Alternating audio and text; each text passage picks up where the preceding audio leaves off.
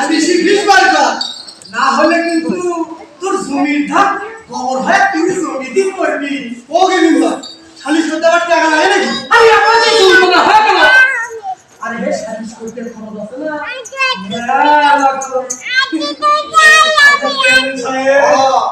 এটাই নিয়ম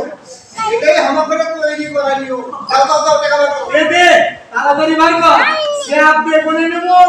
200 টাকা আনো 200 টাকা আনছি